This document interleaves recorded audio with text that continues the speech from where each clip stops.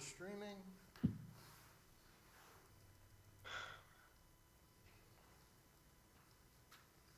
Justin should be on in any second, I think, so. We've got a little time. All right. We're, Dan said you guys lost internet? yeah, Is it back? There he is. well, it was it was the secure internet he was on, Oh, okay. yeah. Who knows? It's the gremlins of the technology world that we all deal with, you know, hotspots, the whole bit. And it's working, that's nice to hear. All right, we're waiting for the click of the clock to tick-tock till 7.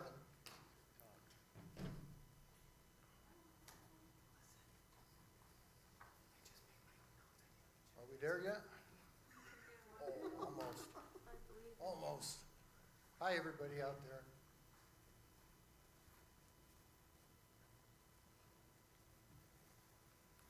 Winter's come back. We had a nice little quick spring break there, and now we're back to winter. This is called filler, for those who don't know that.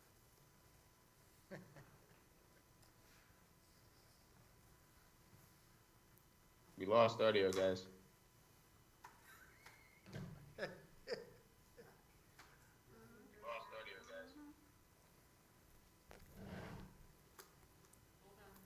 Hold on.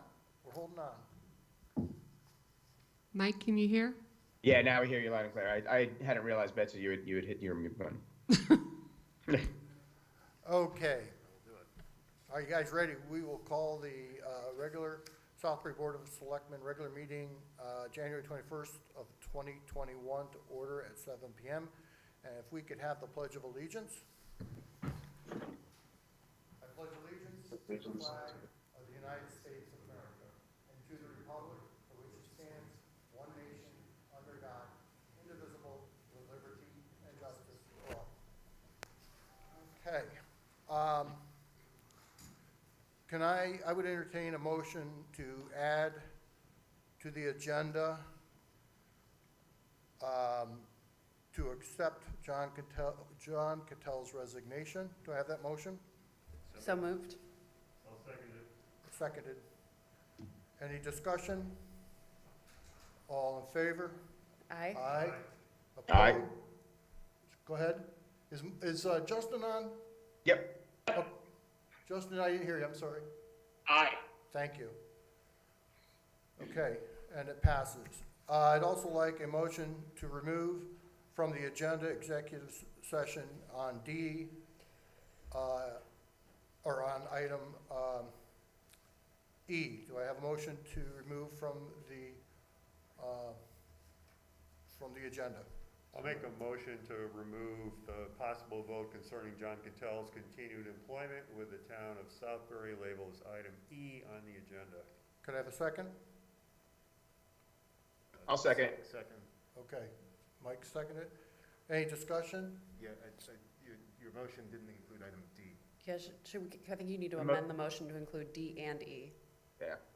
I thought we were just taking off, I thought we already got rid of D. No, we added to the agenda to accept his Okay, resignation. I will restate the motion, I apologize. I make a motion to remove items D and E from the agenda, item D being an executive session to discuss the job performance of John Cattell, and item E being a possible vote concerning John's continued employment. I'll second. Mike seconded. Any discussion? Hearing none, all in favor? Aye. Aye. Aye. Any opposed? Any abstentions? And it carries. Let's move to the Teamsters contract. All right, so we have to add, where are we going to add the motion to accept John's resignation? Do you want to take that in under the consent agenda? As part of the consent agenda? Or do you want to do it on a separate motion? Fine with with it being under the consent agenda. I would do it under the resignations, appointments, and the consent agenda. Okay, Yeah. all right. Okay, so Teamsters contract, do I have a motion on accepting the Teamsters contract as presented to the board? Motion to accept the Teamsters contract as discussed at the executive session right before this meeting. Can I have I'll a second. Thank you, Mike. Any discussion on that? Hearing none, all in favor? Aye. Aye. Aye. Any opposed? Any abstentions? And it carries. Next on the agenda is a presentation from our Emergency Management Director, and he can answer some questions about what's going on with COVID and emergency management. Steve Schnell, please. Hi, good evening. So today officially makes the 4-month mark that I've been here. So I was asked to come just give you an idea of what's been going on for the last 4 months. September and October, Town of Southbury participated in the Farms to Family program. We were able to distribute over 600 boxes of food to residents in need. In the same, starting from the day one, we looked at the town's emergency operation plan, and we're in the process of converting that from the old annex style of plans to the new state format, which involves a deeper dive into each department within the town and within our partner and sister communities.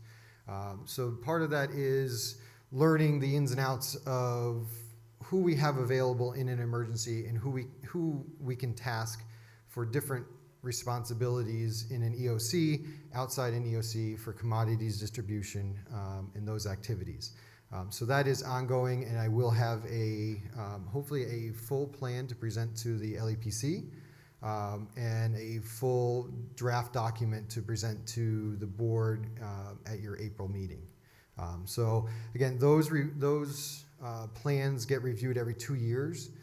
So we are starting from scratch. So there are some parts of that will need additions as we move along, but every 2 years we revisit that and update it as needed. We were able to create a Everbridge account, which is an emergency notification system. You'll see the signs all over the state of Connecticut. That's where they dump all the 911 data. It is free to the town of Southbury. So we have access to that for an emergency notification along with the Code Red system that we still use. We looked at the contract with Code Red, and that contract is still in the works for the next 2 years. So this supplements that. But we were able to add in all of our town employees, so we can make emergency notifications to our town employees directly from my phone or Betsy's phone or Jeff's phone if we need to. We did roll this out to the highway department so they could utilize that to make emergency call-ins for snowstorms or anything like that. They've tested it, and we'll obviously be updating some of those numbers in the near future. We've also been looking at the Emergency Operations Center and how that is going to operate and technology that's going to fit into that. Part of that is looking at individual checklists for the individuals that respond to the Emergency Operations Center and that will work inside the Emergency Operations Center. The idea is that when we open up, Jeff, myself, or Betsy, whoever's in charge at that point does not have to hold someone's hand to get a job done. They will be provided with a pamphlet, tell them exactly what to expect, what to fill out, what they need to be doing, and what we expect of them to do. So those checklists were started by Scott Furr. He had sent them to me, and we're in the process of editing those and making hard copy little books so that if we have to open one up, and knock on wood, we don't have to do that anytime soon, we will have the ability to do that. As I'm sure all of you know, town hall status of whether we're open to the public, not open to the public, which departments are open, which ones are not, is a daily conversation. So more recently. So we continue to monitor the numbers. We continue to monitor the staff within our town buildings. I get numerous phone calls a day from different departments inquiring as to if someone has a positive contact or a positive test result, what should we be doing, and figuring out the staffing levels for those individual departments. The IT department has been literally my best friend, so I told them both today, Gosha and Dave, big thank you to them. If you've seen the COVID website that we have on the town, they were able to actually pull some live data that is now on the town website. So if you go and you can see real-time numbers, it's about a day behind the state reporting. So that automatically refreshes. Our IT department was they actually found it and brought it to Jeff and I, and asked if we wanted to put it onto the website. So a big thank you goes out to them for not only keeping a lot of these numbers posted for all the residents, but also for reminding us that we need to provide them with the additional information. COVID testing continues to be a hurdle. Their Connecticut 211 is the site that we keep recommending to if we get inquiries. They have the most up-to-date testing sites. There are pop-up sites that we are working with individuals. CVS is now going to be a rapid test site. So as soon as their information gets put up, all that goes on into Connecticut 211. We found out yesterday that they're going to start putting the vaccination clinics into 211 to make it just a little bit more confusing for all of us. So we don't know how that's going to look yet, but again, that will be something that we continue to monitor and continue to try to push out those links to the community. So more importantly, as I'm sure the topic du jour lately has been vaccinations and the mass confusion of just who's going to get it, when can they get it, and how on earth do they get it. So we just finished a two-day clinic at Pomperaug High School with Pomperaug Health District. There's a picture of the clinic from today. Yesterday we vaccinated over 270, and we call them educators. They're staff from Region 14, Region 15, and Oxford. That was a hot topic, and if you read the Connecticut Mirror today or the Waterbury Republican, they had a lovely headline for us. Unfortunately, everything that we said to them didn't necessarily get into their report, but the teachers and staff that were identified to come to that clinic were identified by their individual superintendents, and they were based on age and health criteria. So that's how that was done. That clinic was approved by the state of Connecticut. Neil Lustig, the health director, received a phone call from the state telling him that they can hold that clinic because we had been working on that for the last 2 weeks, setting up the logistics of it. Each one of those staff members was put in manually by one of their districts. They were not enrolled through the VAMS program.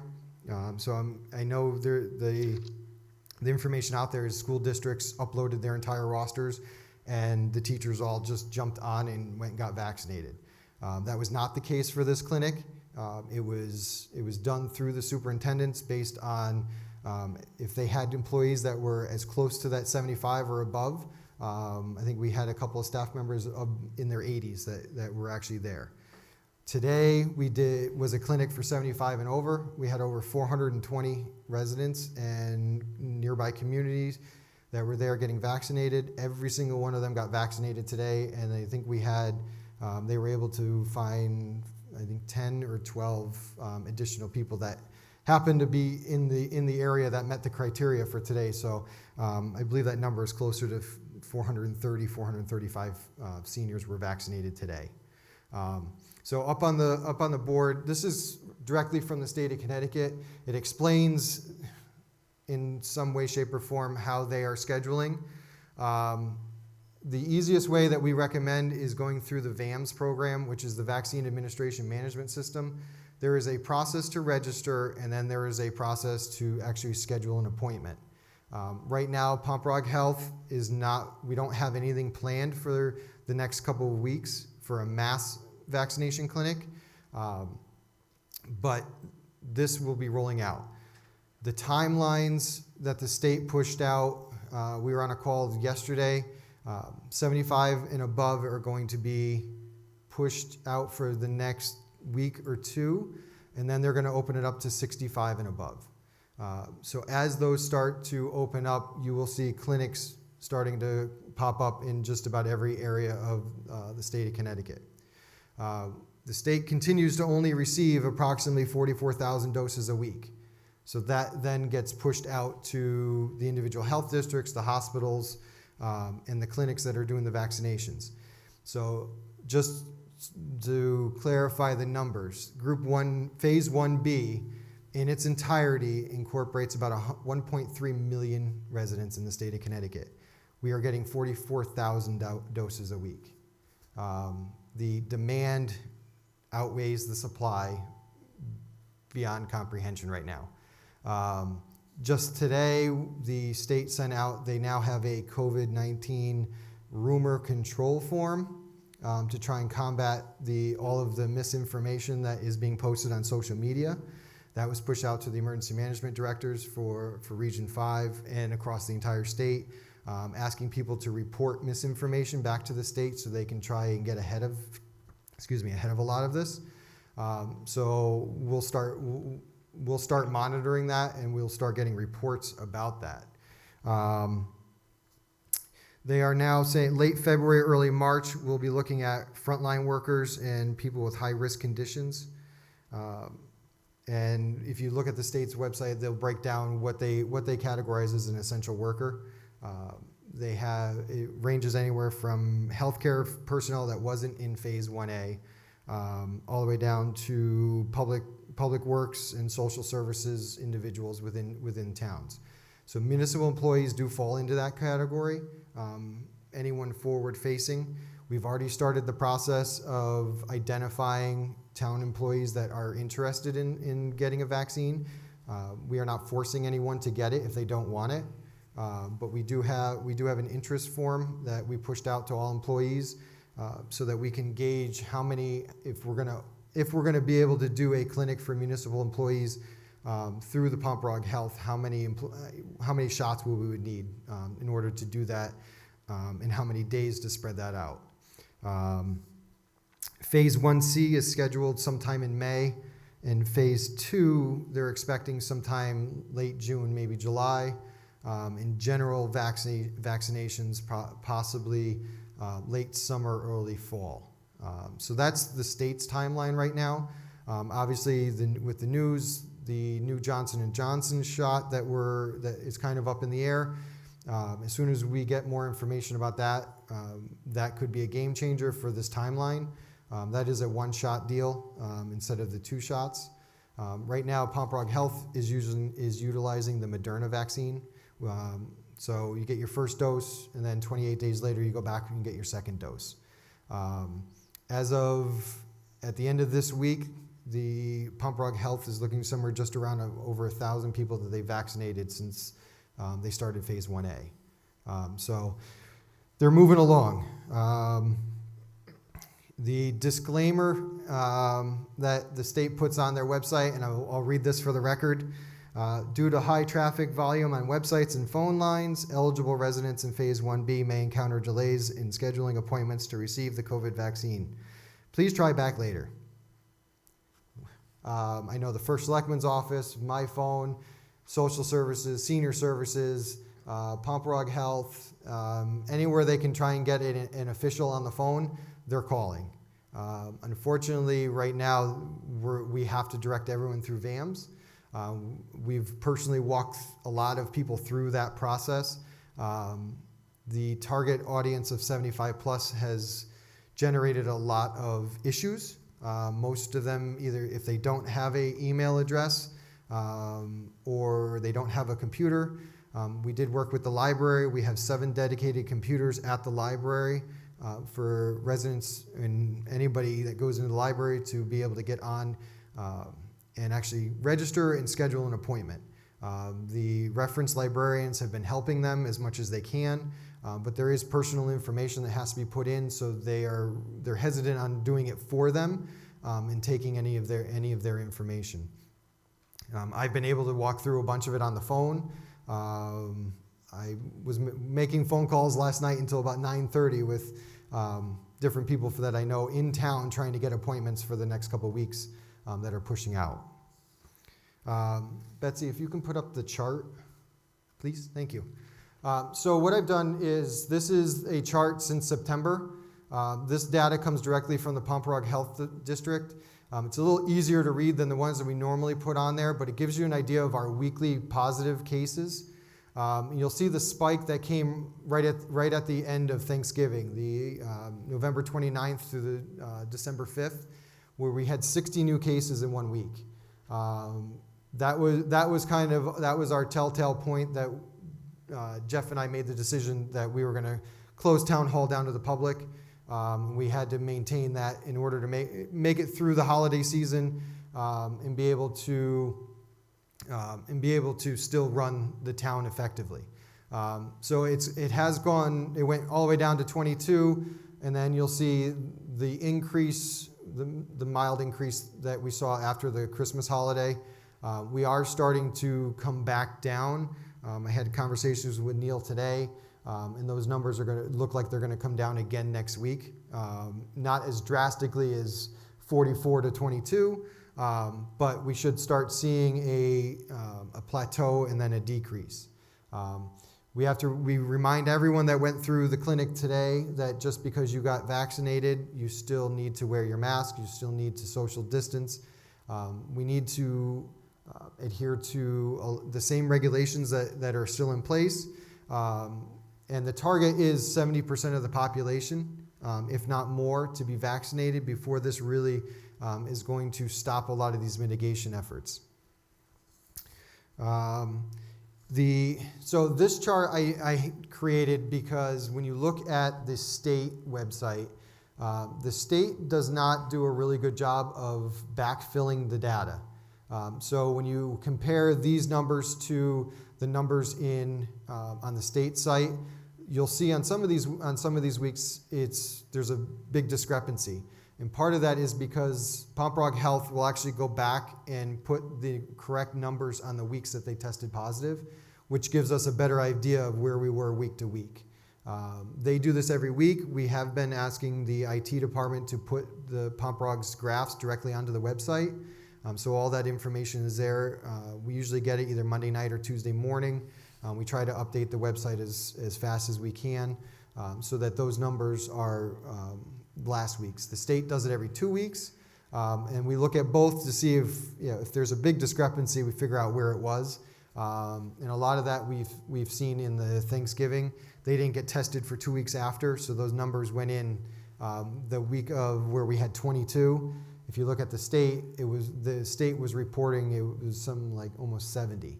But because of when they were exposed and when they were tested, by the time the test results came in, it ended up on a different week. So figuring out the data and understanding the data has been a problem since the get-go. In my previous position, we had the same issue with just the reporting coming out of the state. Any questions so far? I know that's a lot. Is there one place where people can go to get information about where they can get vaccinated? You talked a little bit about that. So the one place is the state website. So ct.gov/coronavirus. It's crashing all the time, right? So the VAMS program itself, the VAMS program is crashing. And what they're finding is that as they make the announcements of who's eligible, you have a mass trying to log into the system. The phone numbers, there's extreme high, the call centers are not staffed in a way that can handle 1.3 million people. And especially the population of 75 plus. Is that me? I'm not sure. So the 75 and over group, they saw a big demand on the phone system, and that was for Pomperaug as well. They have 3 lines for their office, and we get reports that they couldn't leave a voicemail; it was hanging up on them. So we've been able to walk through and get people signed up for for that. But as of right now, the state's website and the VAMS program is the recommended way to go. And that's if they don't have a computer at home, we encourage them to go down to the library to utilize those. The governor's office said it only takes 5 minutes to create a Gmail account. Steve, knowing the average might be a little different. Knowing the population of Southbury specifically and how many people in our town are applicable at 75 and over for the vaccine, and you're getting all these calls and everyone is, has there been any consideration to possibly, and I'm sorry, this is my mic, to possibly mailing out information on how to register, or the fact that the library has these available resources of computers? Because here I am thinking, if I'm 75 and over, I don't have a computer myself, I don't have, I know there's been the text alert that you sent out, but they're probably not texting. Have we considered looking at a demographic and just mailing it, just to cover all of our resources? And So that did come up. Part of the problem with that is the amount of time that the state changes our game. We had an entire game plan, and then the Tuesday before this rolled out on a Thursday, the Tuesday they changed it. So the problem we have is the scheduling information we can definitely put on a one-page mailer. It's when people are eligible, and that's the problem. And we keep it's the same question: when can I go get it? yeah, And people are calling, and they get in, and then they try to make an appointment, and their appointment is not until March.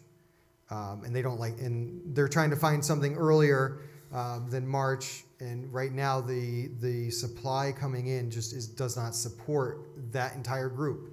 oh, certainly. And I'm not trying to say that we should tell anyone their eligibility via mail, but maybe just the resources the Yep. town is offering.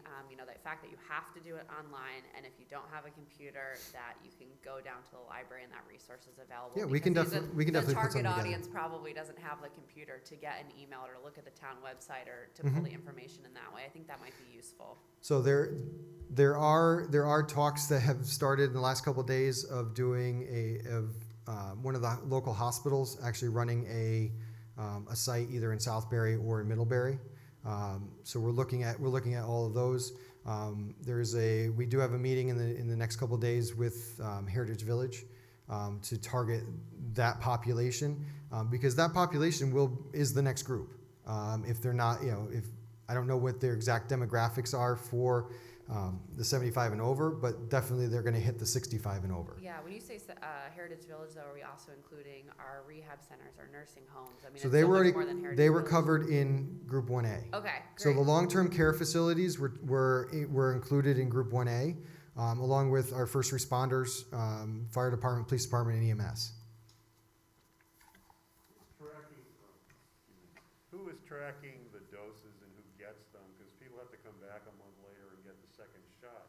Is it like a database at the state level, or is that done? So that's all done. It's all done through the VAMS program, What does VAM stand for? Vaccine Administration Management System. Okay. So what it does, so Pomperaug Health District has, they are using what they call third-party VAMs, which allows them to use their own scheduling system.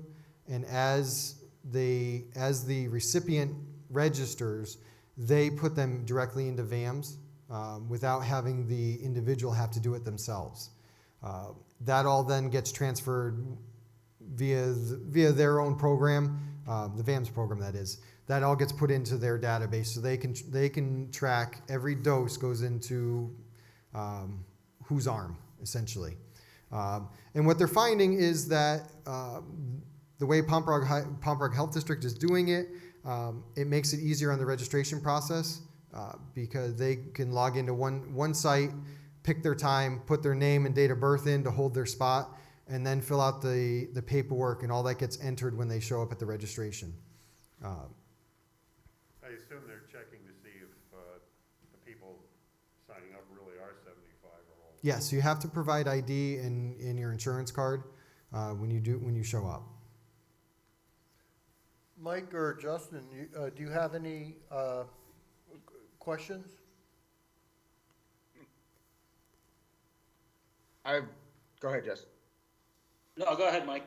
No, I just had, I guess I have one question. When we went through 1A for since we do have so many, long-term facilities and care facilities in town, do we have a sense of, did we get to a 100% vaccination rate? How'd that go? But no, more than anything, I'm grateful for this. I know I had heard from a couple of residents asking for updates like this, so I appreciate, Steve, you taking the time to do it. I can even, Southbury, even the state isn't the only one going through issues. Before we got on, I was talking about my 80-something-year-old parents are having trouble on Long Island getting their vaccine, and so it's I know we're not alone here. So, but I appreciate the effort. So just to answer your first question, the long-term care facilities, unfortunately, they don't have to report their vaccine rate to anyone except for the state. And we were told that anyone in those facilities that wanted a vaccine was able to get one. I can't confirm that, but that's what was told to us. Great. Thank you. Justin, did you have a question? No, I just appreciate all the effort on this. I know that I had a couple confused people in my own office, so I was able to help them by printing out the paperwork, etc. But as Emily noted, not everybody has that capability. It'd be interesting when you talk to Heritage Village, what they might be up to in regards to utilizing their computer lab over there to help people get the physical forms. So we do have, and again, the two clinics that were run today, again, I can't say enough for Region 15 and the Pomperaug Health. Region 15 really stepped up and they brought in their custodians and their support staff. The National Honor Society actually showed up today from the school, and they did all of the data entry for the nurses to be able to put in there. They do have the paper forms, so if somebody has, and this is what we've been trying to get out, if you don't have a computer, you obviously don't have a printer. And if you need to fill those forms out, they made them PDF fillable. I tried explaining to my parents how to do that, and it didn't go very well. So we understand the frustration. Personally, my personal opinion is we targeted a population that is already at a disadvantage technology-wise, and we've been trying our best to get them over that hurdle to get them the vaccine. We did hear today the 420 seniors that walked through, whether they walked, pushed, crawled, whatever, we picked them out in the parking lot and got them inside, that they were so appreciative to have even the high school kids helping. Everything that was done today outside of the health district employees was all volunteer. Every nurse and PA that put a shot in somebody's arm or sat with them for 15 minutes was all volunteer today. And every single one of them, I believe, has signed up to come back in a month to do the clinics again for the second round. So Region 15 and Josh Smith and his staff up there really stepped up. I can't say enough about them. Anything that they needed, they provided us, the entire staff lunch today, along with all of the support to set the whole thing up. We actually changed it around, and they had one of their staff figure out, he is an architect, figured out the best way to set that up, and it looked like Disneyland with all the lines going everywhere else. So it's a model that we sent to the state through our regional coordinator, and it looks they're going to try to adopt that possibly for future clinics. So, go ahead, Jason. No, go ahead. When he gets done, I want to finish up with. Okay. First off, just thank you for all your efforts and work on this, and thanks for coming here today. I think this is very helpful. Your presentation has pretty much answered any of the COVID-related questions I had coming into here as to what's going on in town and what we're doing about it.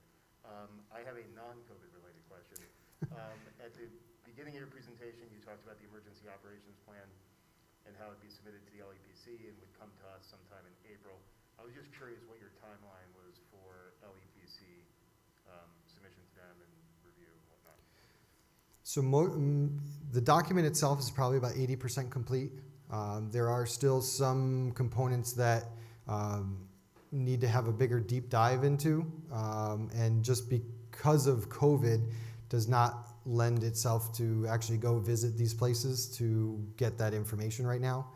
There's been a lot of phone conversations. So I'm hoping by the end of February to have something for the LEPC, so that group can view that document before it comes forward. It is not a public document, so it is controlled who has access to it, because it has a lot of information about how we all operate in an emergency. So it is not a public document.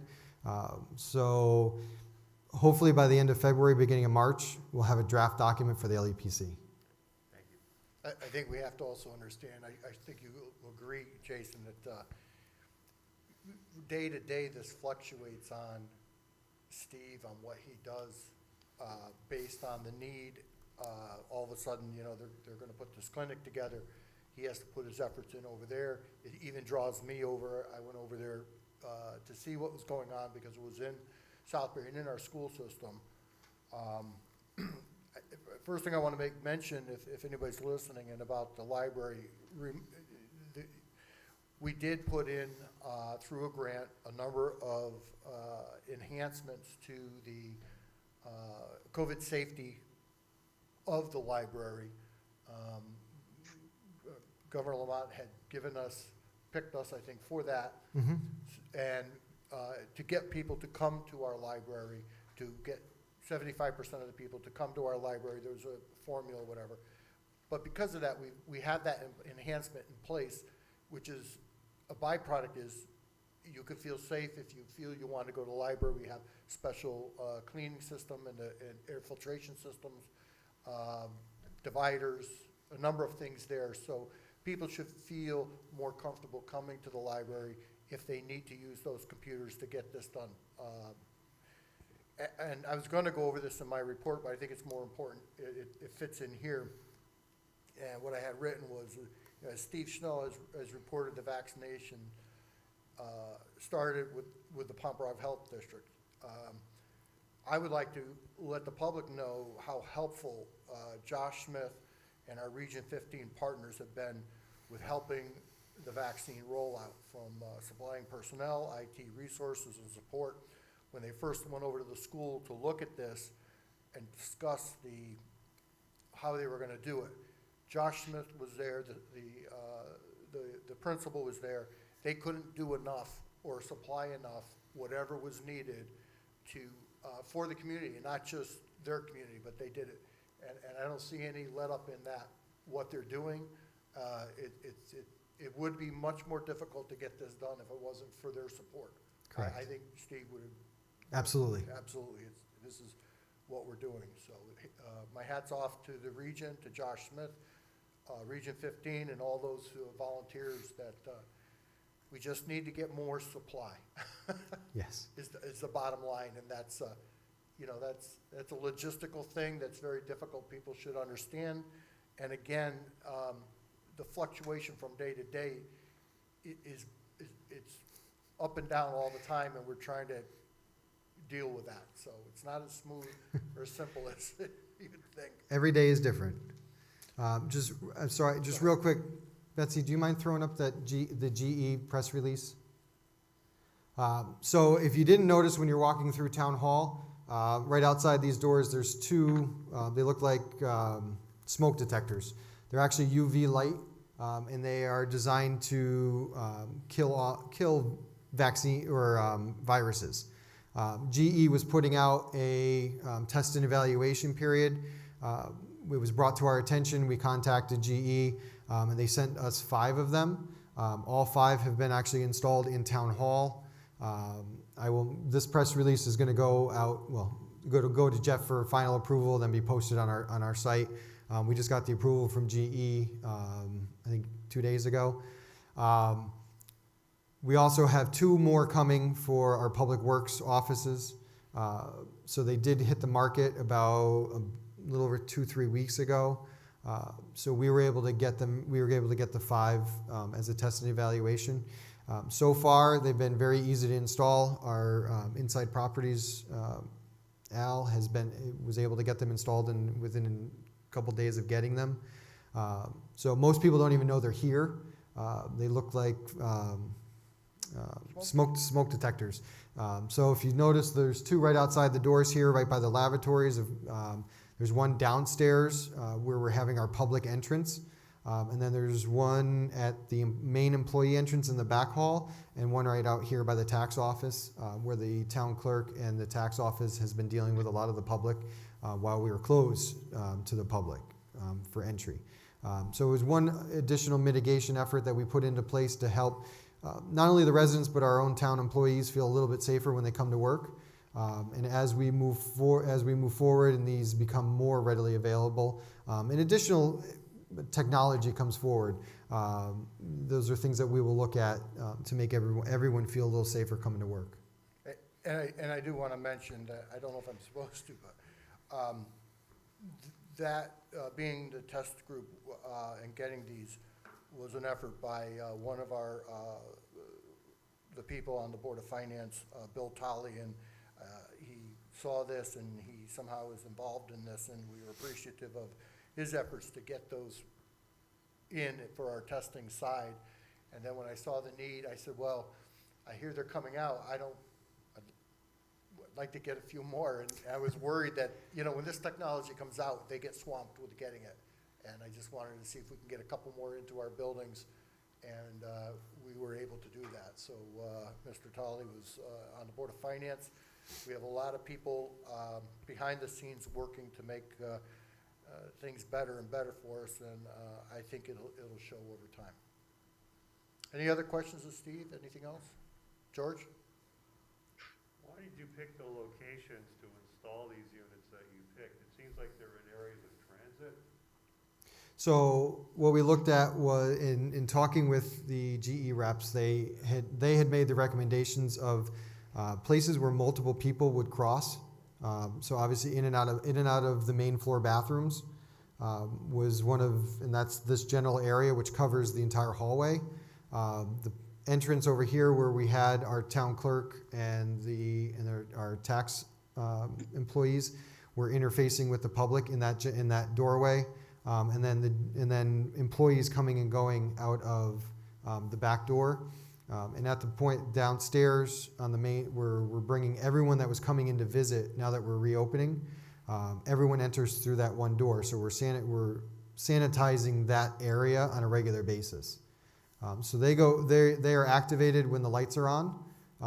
So as long as the lights are on in this hallway, they are active. The one that's downstairs is active all the time.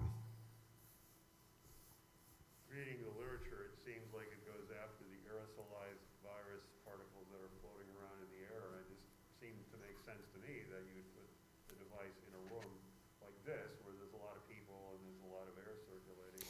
So part of it is ceiling height. Over a certain period, we did look at putting one in here. Unfortunately, the ceiling is too high. So it doesn't, the cone that comes out would be too big to actually be effective. Okay. I'm sure there's science behind it. I'm just being an engineer. I'm always thinking about stuff like that. And actually, there's not as many people in this room right now as is, here we're here tonight, but normally there's not many people in this room. It wouldn't be very effective if they were lower. It's the traffic area and where we meet the public on a general basis and on their recommendation of the installation. So the recommended height is is between 8.5 to 9 feet, which gives a cone of about 6 feet to the ground, and that's the target of circulating the air that they can clean, so to say. How quickly does the UVC kill the virus particles?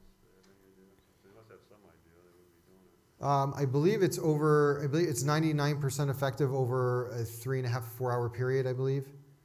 So as the air circulates through on a continual basis, they are saying it's about 99% of that is the bad stuff is killed through that.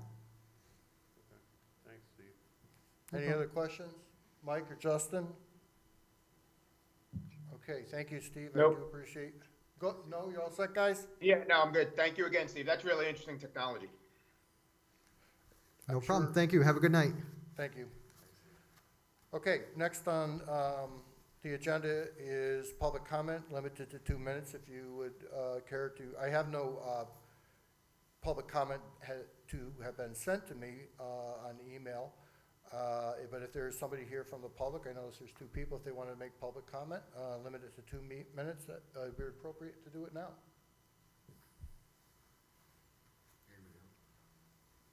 Good No, evening. she's with us. Okay. Good evening, everybody. How are you? My name is Joe Hine, currently an employee of the Highway Public Works Department. It's been brought to my attention that we're having some difficulties within the Public Works Department, and there has been some major issues going on. Without getting into details or anything, to my understanding, we've had some resignation type events happening in the past couple of days. Through some of the people that asked me to come and speak, they don't feel that, they really feel that these individuals might be better off being terminated rather than allowed to walk away with any kind of benefits that the town might have been able to give them for their time that's here, based on the situation that they have caused to be terminated. So I'm basically just a representative to ask, and hopefully with the transparency of the town and with Mr. Manville's office, he will be able to let people know exactly what occurred in that event as well. All right? That's all I have to say, and thank you very much. Hopefully we'll be able to find out what the full spectrum of that event was in future meetings. Thank you. Okay. Any other public comment? Any other public comment? Any other public comment? Hearing none, we'll move on to announcements and correspondence you have in your packet. You have your reports from the departments. We'll move on to the consent agenda. Do I have a motion to approve? So moved. Can I have a I'll second. Mike seconded. Okay, any discussion on the consent agenda? Hearing none, and I do believe that includes the accepting the resignation of John Gattell. Okay, I'll call the vote. All in favor? Aye. Aye. Aye. Aye. Justin? Aye. Opposed? Abstentions? And it carries. Minutes of January 7th of 2021 meeting. Do I have a motion for approve? So moved. Second. Made seconded by Justin Betty. Any discussion on the minutes? Hearing none. All in favor? Aye. Aye. Aye. Opposed? Abstentions? It carries. There is at this time no unfinished business. Next is the new business, the employee handbook. Do I have a motion to approve? So moved. Can I have a second? I'll second. Second. Any discussion on the handbook? Claire, does this include revisions that I sent today? No, I'm still waiting to hear back from Bill Ryan, so those haven't been included yet. Okay. I don't know how we want to proceed with that. Yeah, what about with the one that you said that you did decide about the 40 hours? Is that reflected in here? Okay. I didn't make that one just because I didn't know if I had to make more, but I don't know if you want to wait, I don't know. I'll leave it up to you guys. That hasn't been included in this version up there. Okay. I guess for the rest of the board, I'd made some suggestions or recommendations to some of the sick leave. Let me just pull. That was made when? Uh, I got it today. yeah. Today.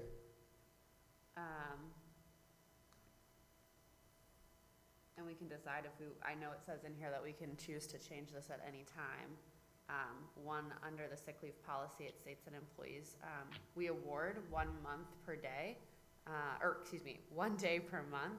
So that would be 12 days a year. However, it states in the policy that if an employee uses over 5 days, that they would be required to provide a healthcare provider's note.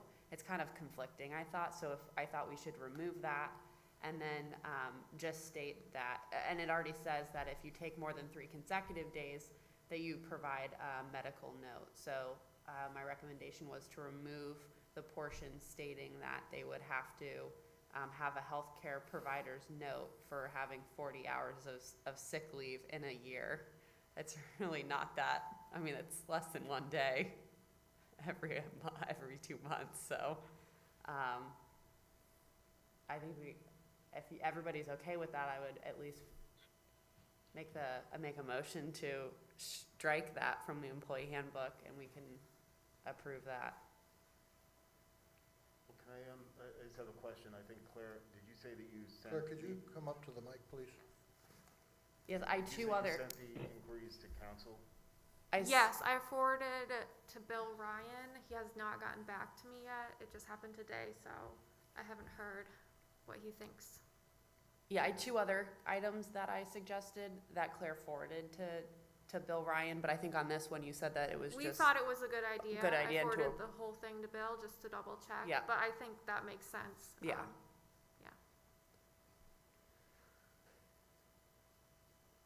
I wish we could have done it tonight, but, I mean, if there's other comments as well that we're waiting to hear back on, I think we're better off approving it once rather than sending it to all the employees and then having to send a new one.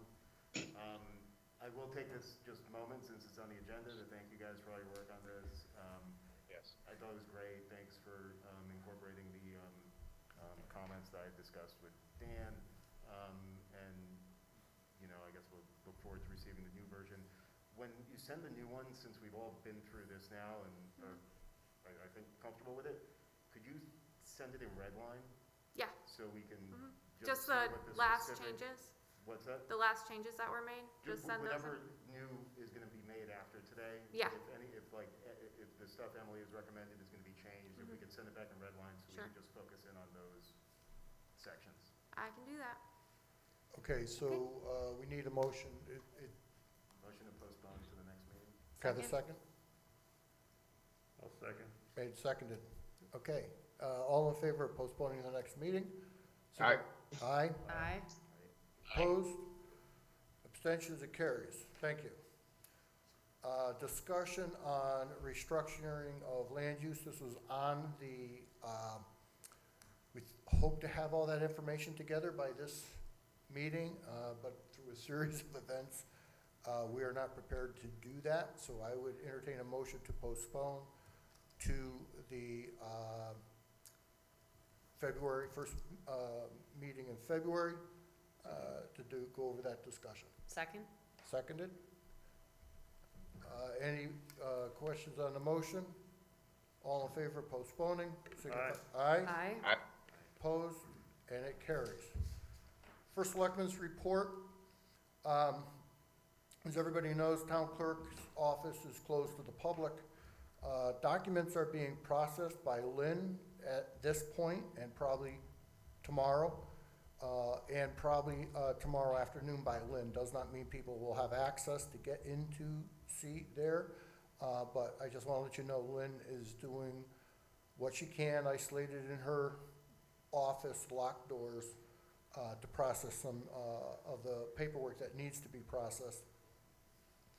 Our town clerk will be working, like I said, Friday afternoon.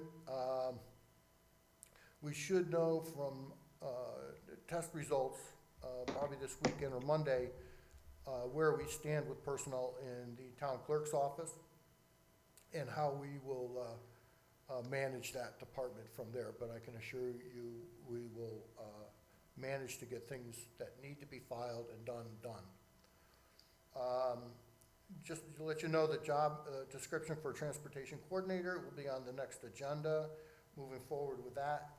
I anticipate the budget going out ahead of time to the board.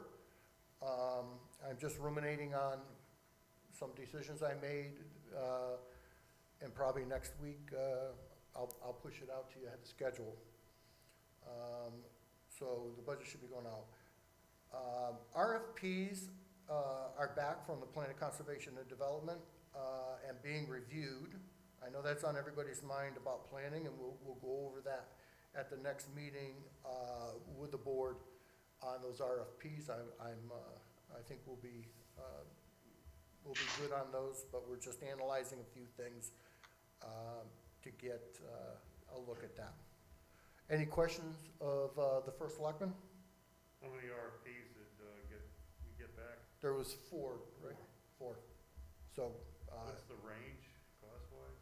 well, we'll go over that at the next meeting. It's really all over the place, George. Is it? Okay. Yeah. Yeah, I think we're gonna have to make a decision, what's in the best interest of the town, not necessarily, low bid, but what's in the best interest of the town doing this. We reserved for that, right, in the budget? We did, The yes, PSC? we did. Yeah. It's like, what, 50,000, you think, for that? Or- It's in that range.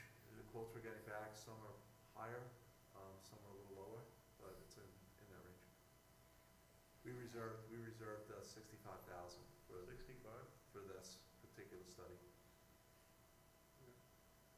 And I think we'll be okay, from what I'm seeing.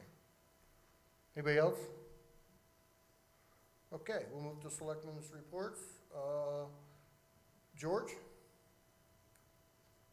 Okay, Energy Task Force had a meeting on Tuesday of this week, could not get a quorum. They wanted to get a vote on the Solomon Energy proposal and whether or not to advance that to the next step, which would be the Board of Finance.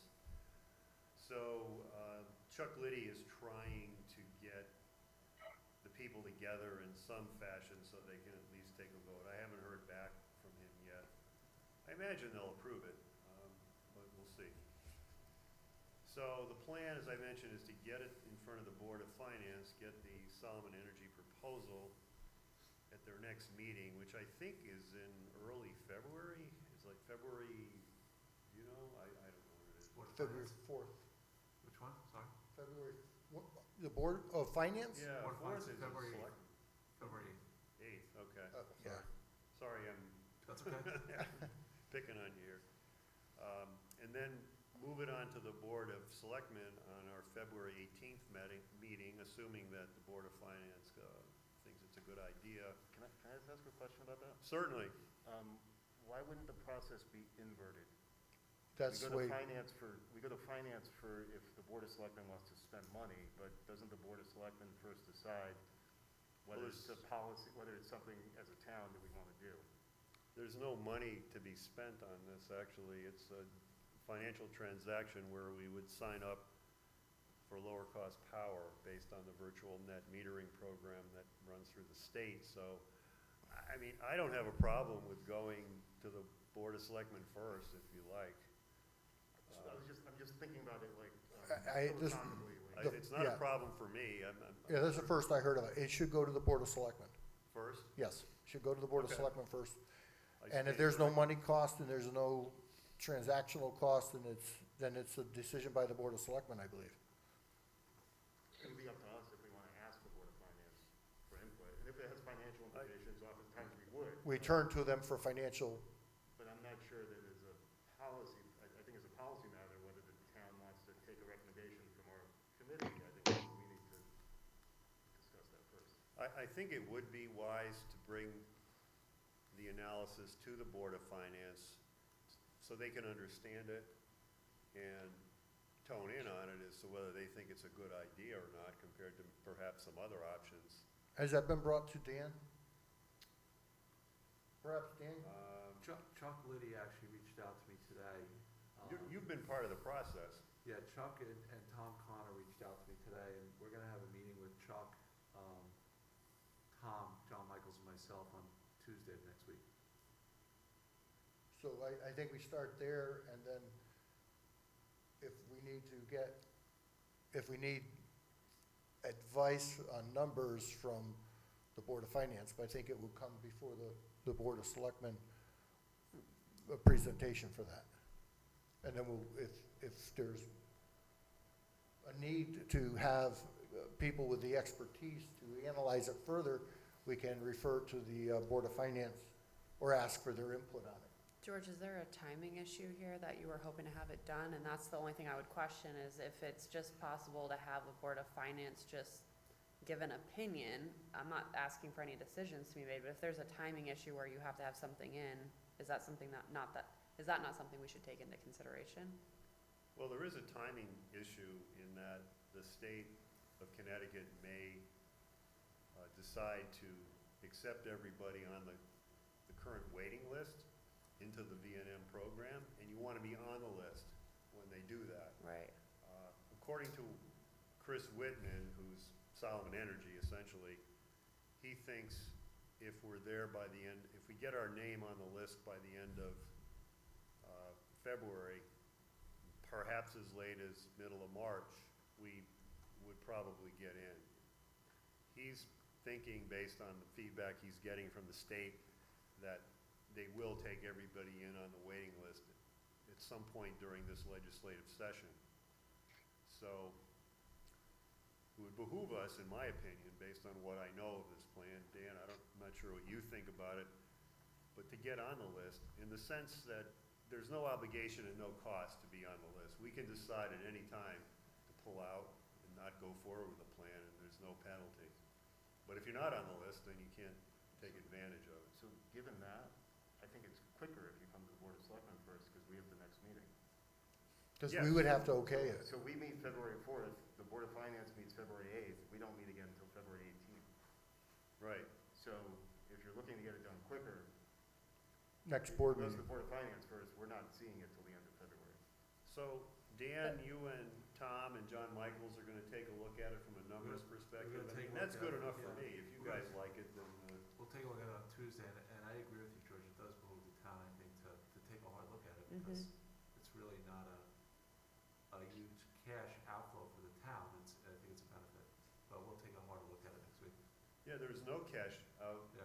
output from the town at all. It's simply a financial transaction. It's sort of like on your CLNP or Eversource bill now, I keep calling it CLNP, where you can choose where you wanna buy the electricity from. And sometimes you can get a better deal, and by checking a different company, and you save a little bit, but in this case, we save more than a little bit. It's like $50,000 a year, on average over 20 years. Yes. We should certainly examine that. Yes. Yeah, So- keep doing the good work, keep So going. let's talk, let's plan on having on the next Board of Selectmen's meeting. And when you get that information, Dan, I'll sit in a little bit on that. Absolutely. And we'll know, do we need to know about the contracts or whatever?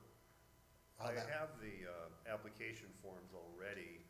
Dan, do you have them? 'Cause I don't have them. I could forward them to you. They're not bad. I mean, you gotta dig some data out of your records, and you have to pick 5 meters. Now, I don't know for sure about the streetlights, because they would be like number 5 in terms of the usage, but they're not off of They're on a number, meters. they're on a number of meters. Chris Whitman could probably provide us with some guidance as to how to fill that out. Yeah, I think we provided the committee with the highest 5, and then you had asked the streetlights, we pulled them, but they were all in separate meters. Yeah, but according to Chris, you can include streetlights, even though they're on separate meters, as one meter for purposes of the virtual net metering. It's a very odd program. Eversource, it doesn't cost Eversource anything, but the people that are paying this are the other ratepayers that aren't in the program. So it's kind of a shell game. If you're in the program, you get a benefit, but then the other ratepayers pay more to give you the Cover your benefit. So from Southbury's point of view, I'd rather be on the side of the benefit than the side of having to pay the other people. So towns are flocking to this. I mean, Newtown's in it in a big way, and a lot of other towns are too. It's a good program if it works for you, so we'll see. I'll get you the applications. Thanks, George. Strategic Planning Commission, we had a meeting. I don't remember when the meeting was. It was last week sometime. I forget the date. I did send out the minutes from John Monteleone to you all. He takes the most detailed and comprehensive minutes of any I've ever seen, I think. We have an issue with new members. They need to staff up with some new people because of resignations, and we were planning initially to cover that at this meeting today, but there's some issues because there's minority representation as a requirement, which frankly I didn't even realize mattered on a commission that's like this, like that's appointed, but apparently it does. And everybody who was on the list was a Republican, and we need at least one more U or a D to fill out the roster. And I was going to ask Mike and Justin if they could reach out to their community of people that maybe they know somebody who wants to participate in this. Absolutely, Judge. We could put sort of a shout out to the whether it's through the chair of the SDTC or you know, without question. Yeah, I saw that note you know, when you sent the minute, so we could definitely do that. So The original notice for this meeting had 3 people that we were going to appoint. They're not on, like, they weren't on the final Agenda? agenda. It had to do with minority representation. Was there not room for any of those 3 people to be appointed? no, that there is. It's just because of the confusion and the lack of time between realizing what's going on and to this meeting, and the fact that the next strategic planning commission meeting isn't until after our February 4th meeting, we figured we could take that extra time and just figure it out. Yeah. So I wanted to announce that Tom Marks is planning to resign in February from the Strategic Planning Commission, so we have another opening potentially. And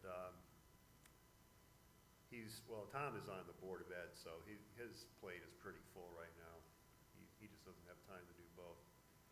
And as a last item, I would like to see if we can get the affordable housing presentation from the SPC on our next meeting agenda. Could you have John Monteleone send me that I presentation? think he did. You don't have it? I'll take a look. Okay, I don't have it either. What the I don't think. presentation's gonna be and about how long is it gonna take? I don't know. I'll ask him again. He's told me that he sent it, but I'll take a look. It looked pretty bare to me. I haven't really commented on it. I am, as a liaison, I am not editing the presentations. I am just, Jeff, if I might, because I know we shared some emails and there's not a conflict, crossover, cross-pollination between the Strategic Planning Commission and the Planning Commission, because Ron Conti's on both. Ron sent me the presentation that they said was sent to you. I could forward that to you, so I have it right here, and I'll forward it to you. All right, okay. Anything else? yes, Mobile Telecom Task Force, Joe Ruggiero has sent files for his Google Earth mapping project to Dave Richards. I'm not sure what Dave's going to do with those. Maybe he can put them onto the town website in some format that's useful to people. Joe also plans to make a second set of coverage maps when all the leaves are down, which they are down now. I'm not sure when he's going to do that, but probably soon. So we might have multiple coverage maps. I'm not sure how we're going to handle that. Maybe we don't. IT steering had our first meeting on January 13th under Dave Richards. Very different meeting than what I've seen with Ray. Dave gives very succinct summaries of what's going on, while Ray went into sometimes what I would call excruciating detail into every project, and the meeting would take 2 hours or more. I don't have a problem with that, but Dave is definitely a different kind of presenter, or a different kind of manager. It was a Zoom meeting, and I did send people copies of the minutes. Things are moving to the cloud. I guess, Jeff, you're probably more involved with that than I am at this point. Gosha reviewed the traffic data on our town website, and it's increased dramatically during 2020. I guess people are at home more on their computers, so we've had more traffic. Road Study Committee, today's meeting was canceled. No surprise there. And I did get a reach out from Dan Colton about some iWorks options that I researched, so this is back like 4 or 5 years ago. And I sent them to Dan. I don't know, I got your intern, Mr. Kimball, Yep. responded about some things he was doing. These are things that are, let me start from the beginning. iWorks is done by people driving around in cars, looking out their windshields, and then they comment on the section of the road they're driving on based on what they see. The things that I was researching are based on laser technology, and there's trucks that are equipped with laser sensors that drive around and actually measure things in a very scientific and detailed and very intense way. And you can get a very, very accurate scientific read on your road conditions that's not subjective. But it costs a little more money. So I don't know, Dan, if you have any. Yeah, we're looking, George, at a number of things, and one of which was the one that you had recommended. This came up because as we started looking at iWorks for budgeting, for road study and our roads, even through a 3 to 5 year plan, iWorks was not effective in giving us what we need. So that's when someone had mentioned to me that George did a lot of research on this, so I reached out to George and he gave us the information, and we are looking at a couple of other options right now. Okay, that's it for me, guys. I just want to say, before, on that, is we need to remember that it may cost a little more money, maybe more money, we don't know. I'm sure the cost is probably coming down because it's not as new a technology. But you'll see in upcoming budgets, this one included, that I'll be putting out, because our roads have improved so much, we're able to reduce the money we need to put into the roads, which is helping the budget. So keeping a close eye on our infrastructure and doing what we're doing is really starting, it's really starting to pay off, especially in a time where if we needed a payoff of help on the budget, this is now the time. So you'll see that come out in this next budget. Selectman Betty? Both the Economic Development Commission and the Senior Commission met yesterday. At EDC, we had an update from Kevin on a couple things. The online permitting evaluations are ongoing. We've got some new activity on the commercial side, potential new openings. The Southbury Green is in the process of getting 3 new patios approved, at least one of which is got interest from a restaurant.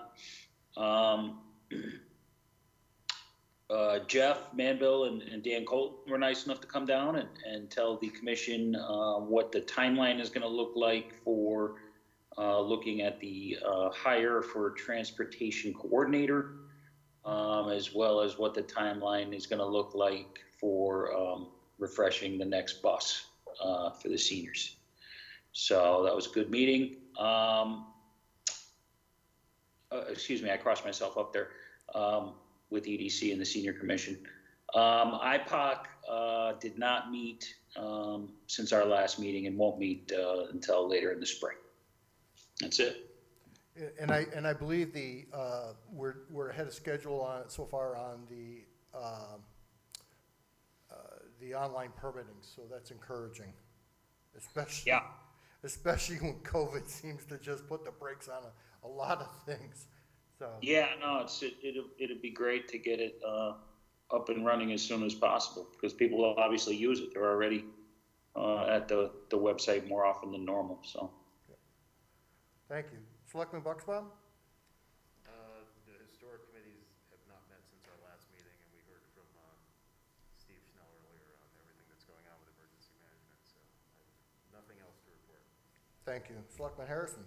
I think you shared a lot about what's been going on at the library already, so I won't repeat that, but they do have their book sale still going on until the 27th, and as Jeff already mentioned, have done a lot to improve all of their air circulation, some new features down there. So definitely a very safe place to be, and highly recommend everybody go down and check it out. And then the EMS committee had a special meeting already this month. They'll be meeting for their regular meeting again next week, and they are still working through the PSA application.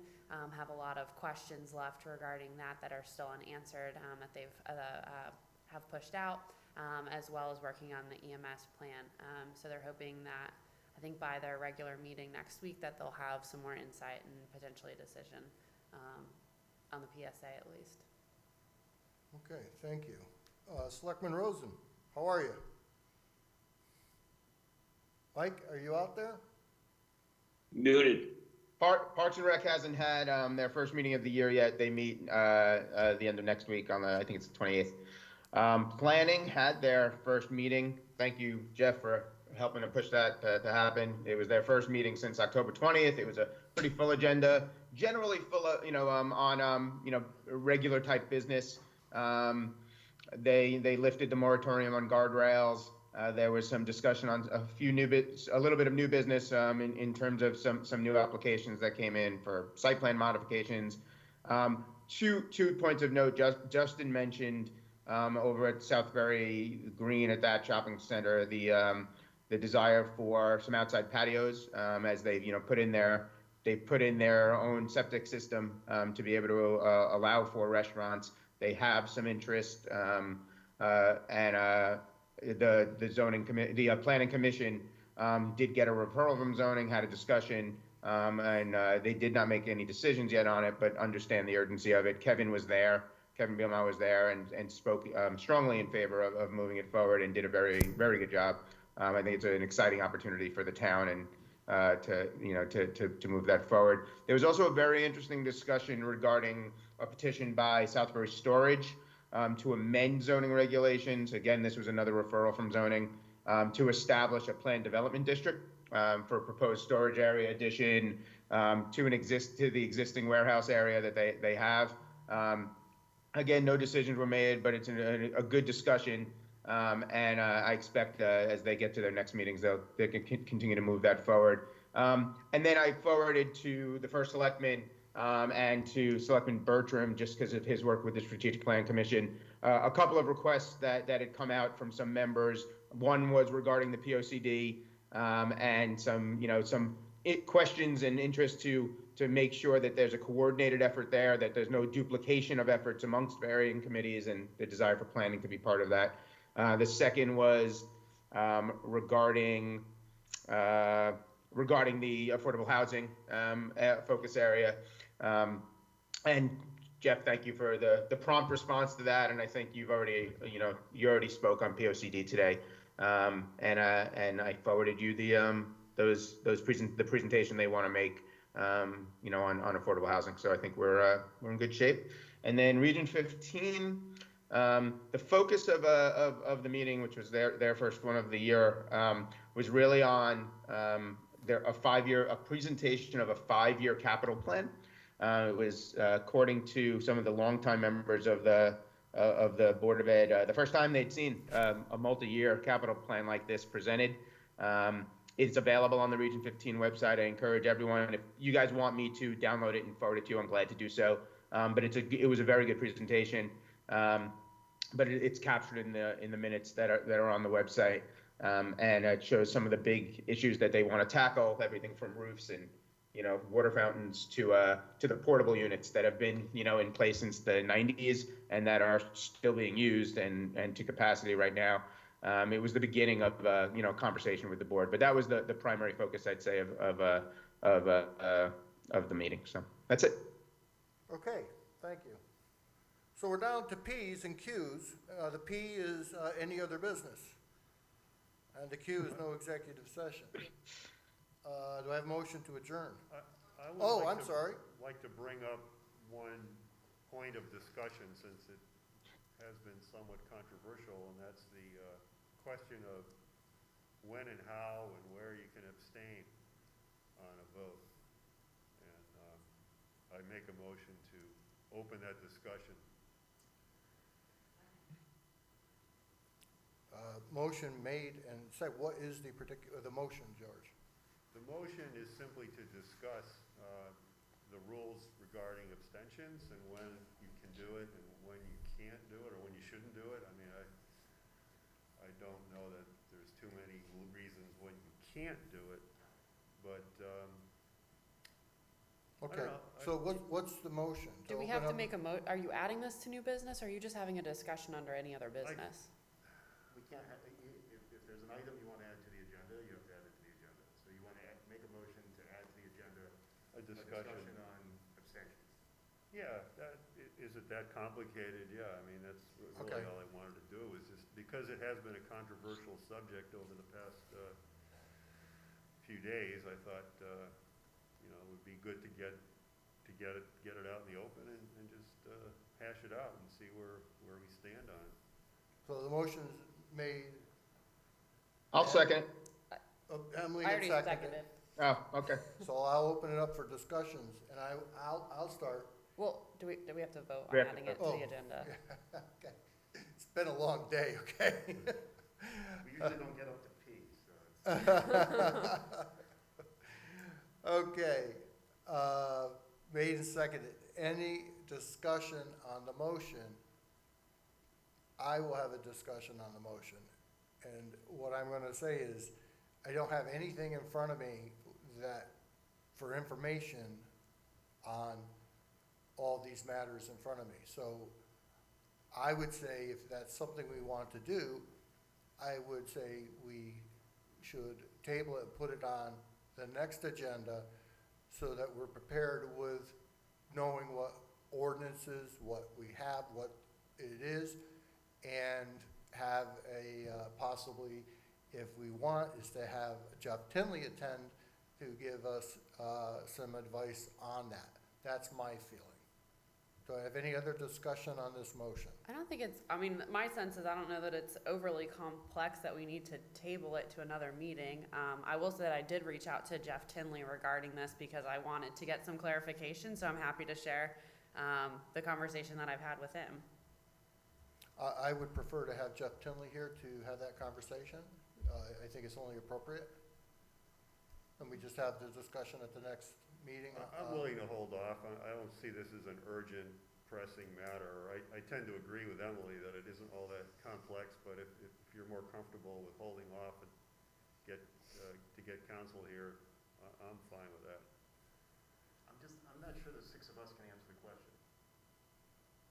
I think Oh, you can. I agree. Really, why do you say that? I think you need, I certainly have my view on the matter, but I think we need to rely on counsel as to what the answer is. Okay. I mean, if you want to have a debate as to what everyone's view is, I just don't know that that's helpful, because at the end of the day. I'd rather just hear from. We can't decide that issue. And we're not gonna, I don't wanna talk about that. So that's my feeling, is that we have nothing here, and we would have, I would invite Jeff Tinley to be part of that discussion at the next meeting, so that we get from our council about that. I mean, at the end of the day, we could talk about it all day long, but at the end of the day, it may be easier for him to just give his opinion, voice it to us directly, and go from there. So, I'd entertain a motion or amend the motion to invite Jeff Tinley to our next Board of Selectmen's meeting to have his opinion on abstentions from voting. I'll make that motion. You'll Or accept it? I'll accept that amended motion and, or I'll second second it. the amendment. Yeah. Okay, any other discussion? Mike, All- just a question on technicality here. We have the motion on the table that we're going to discuss this. We've amended it that we want Tinley here. Do we not have to then table it to unfinished business? You're going way over my head. And I'm I'm just asking, just so we get it right. Well, Jason? We're made a motion to add it to new business. I think we're getting. We're overly amending it so complicated. that Tinley comes. just Don't we need to withdraw the table it? motion. I think we're getting overly complicated. Can we just I'd withdraw the agree. motion, and why don't we have the minutes reflect that we had a discussion that the entire board has requested, that we have this on the next agenda, and that And that- council And that'll sort of work. like- The next agenda, and perfect. we all sort of just rely on our understanding that that's gonna happen. Amen. I think if we just, I think if we just say that we just make sure that the amendment has that it'll be on the agenda for the next meeting. Perfect. And that amen means I agree with you. Yes. That's what that really means. What you just said. Okay, so the motion's been withdrawn. Is that what we've had? Okay, let the minutes reflect that we will put it on the next meeting and invite our attorney to attend virtually or in person, his discretion, and we will do that. Any other business? Hearing none, no executive session. Do I have a motion? Motion to adjourn? Second? Second, all in favor? Aye. Aye. Opposed, abstentions, and it carries. Thank you, everybody. Have a great night, everyone. Stay Good healthy. night.